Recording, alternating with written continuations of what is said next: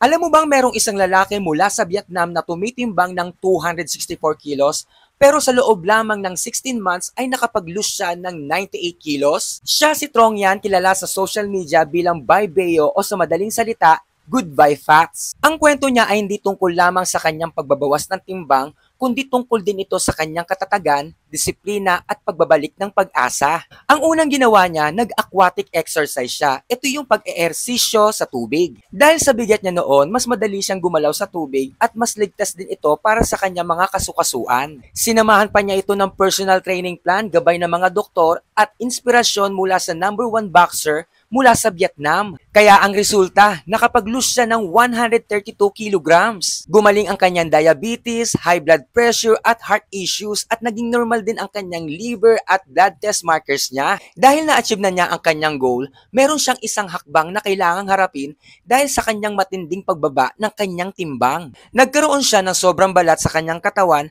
at ngayon sasailalim siya sa isang surgery upang tuluyan nang mawala ang bakas ng dati niyang katawan. Ito ang patunay na ang pagbabago ay hindi madali, pero posible. Kung kinaya ni Trong Yan na lampasan ang 264 kilos at baguhin ang kanyang buhay, kayang-kaya rin natin.